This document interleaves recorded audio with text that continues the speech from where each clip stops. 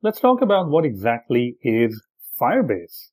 Firebase is a platform from Google that allows you to create a backend as a service and to provide data and functionality to your mobile apps, to your iOS apps, to your Android apps, and also to your web apps. So it's a platform that contains a lot of different products. And you can see right here that it can support iOS, Android, Web, Unity, C++. So the great thing is that if you're using any of these products from Firebase, you can just integrate your products with your mobile apps as well as the web apps. So that's actually pretty cool.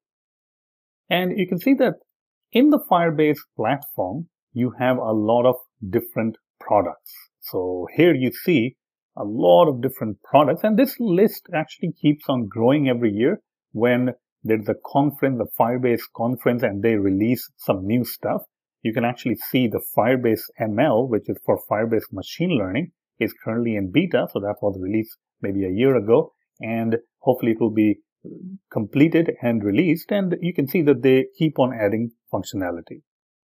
So some of the products you can see there's the Cloud Functions, authentication. So if you're building a website or an app that can use the authentication, that can use the hosting, cloud storage, real-time databases, a lot of other stuff you can use with Firebase. So it's like you can use this platform to create a complete application.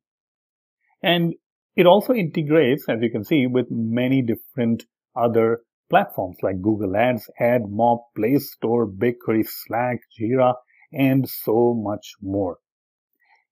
Now, for our case, we will be using the free Firebase developer account or the Spark plan, and this will be good for us to get started. And you can see it's a very generous kind of a plan, 10,000 per month for the authentication request.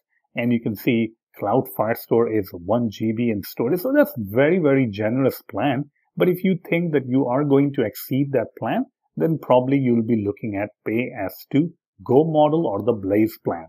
But in this course, you will not exceed this particular plan. We will be using the free service, the free Spark plan. All right. Now, if you go to the products, you can see all the different products that are available. And we looked at it a little bit earlier on also.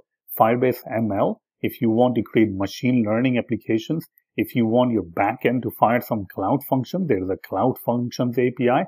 Authentication, we'll be using that in our course where you can use Firebase to authenticate a user. You can host your applications on CDN, SSL certificates. You can have cloud storage. We'll be using that in our course where you will upload MP4 files or images. So if you're looking for some sort of a storage space, you can use Firebase.